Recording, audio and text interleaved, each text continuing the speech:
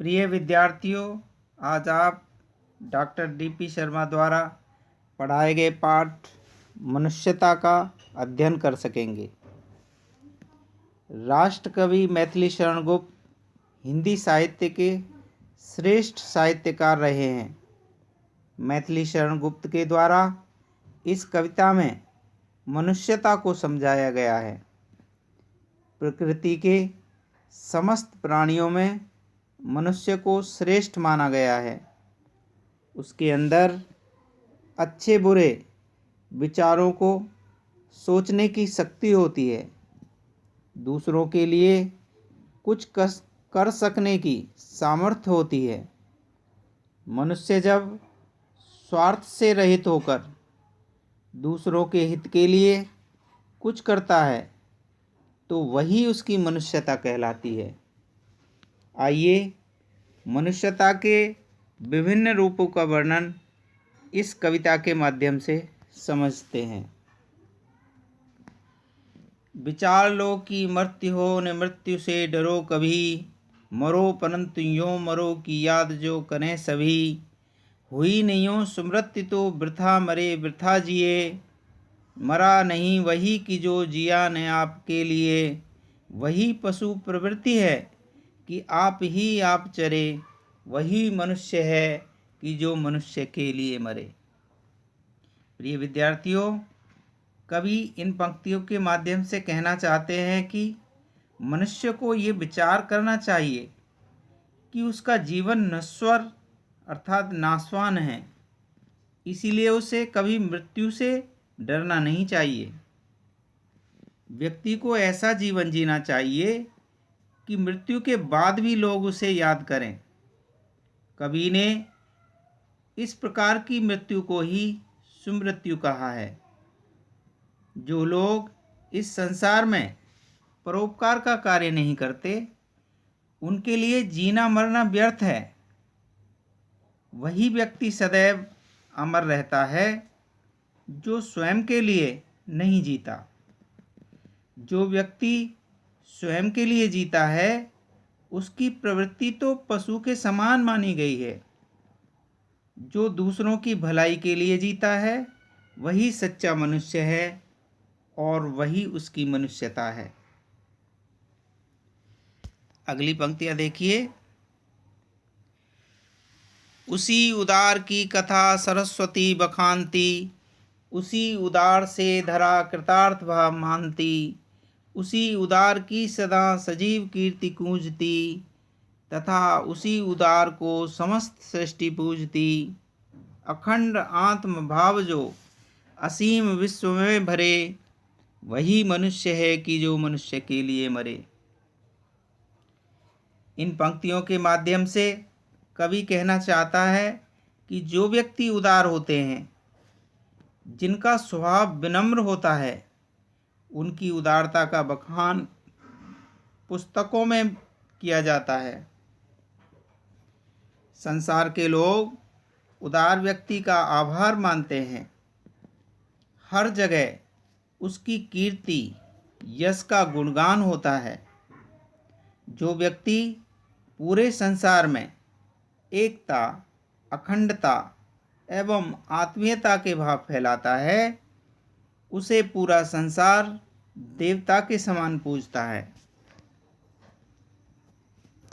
अगली पंक्तियां देखिए। परोपकार के लिए कवि ने किन महापुरुषों का उदाहरण दिया है, इसमें समझाया गया है। क्षुधार्थ रंति देव ने दिया करस्त थाल भी, तथा दधीच ने दिया पारार्थ अस्ति जाल भी। उसी नर क्षितिज ने स्वमांस दान भी किया, सहर्ष वीर कर्ण ने शरीर चर्म भी दिया। अनित्य देह के लिए अनादि जीव क्या डरे, वही मनुष्य है कि जो मनुष्य के लिए मरे। इन पंक्तियों में कवि ने राजा रंतिदेव, महर्षि दधीचि, गांधार के राजा शिवी एवं अंगराज कर्ण जैसे महापुरुषों के उदाहरण दिए हैं, जिन्होंने परोपकार के लिए, संसार की भलाई के लिए अपने प्राण तक न्यौछावर कर दिए। राज्य में अकाल पड़ने के कारण राजा रंतिदेव को कई दिनों तक भूखा रहना पड़ा। जब भोजन का थाल उनके सामने आया तो वह भोजन भी किसी भूखे को उन्होंने दान कर दिया तथा महर्षि दधीचि ने संसार की भलाई के लिए अपनी हड्डियां तक दान में दे दी। इंद्र महर्षि दधीचि की हड्डियों से वृत्तासुर का वध करने के लिए वज्र बनाना चाहते थे। राजा शिवी ने कबूतर की रक्षा के लिए बाज को अपने शरीर का मांस काट काट कर दिया। अंगराज कर्ण ने भी संसार की भलाई के लिए अपने शरीर का चर्म काटकर अपने कवच और कुंडल दान कर दिए थे। कवि कहना चाहता है कि हमारा शरीर नाशवान है, अनित्य है, उसके लिए क्या डरना। यदि संसार की भलाई के लिए हमारा शरीर भी काम आए तो उसे सहर्ष स्वीकार कर लेना चाहिए। यही व्यक्ति की मनुष्यता है। अगली पंक्तियां देखिए। सहानुभूति चाहिए महाविभूति है यही, वशीकृता सदैव है बनी हुई स्वयं मही।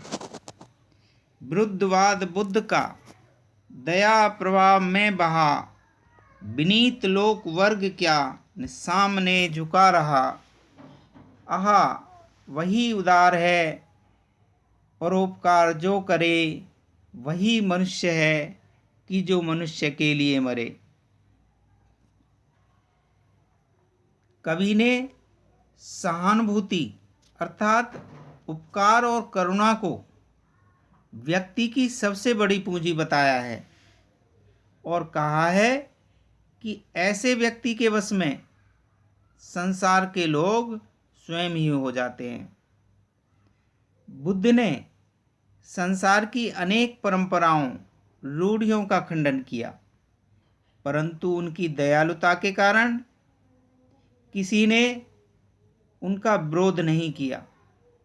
संसार के लोग उनके सामने हमेशा नतमस्तक रहे। जो व्यक्ति दूसरों की भलाई करता है, जिसके अंदर परोपकार की भावना निहित है, वही व्यक्ति उदार कहलाता है। प्रिय विद्यार्थियों, इस वीडियो में हम यहीं तक अध्ययन करेंगे। पाठ का शेष भाग मनुष्यता भाग 2 वीडियो के माध्यम से समझ सकेंगे। ईश्वर आपको सदैव खुश रखे। धन्यवाद।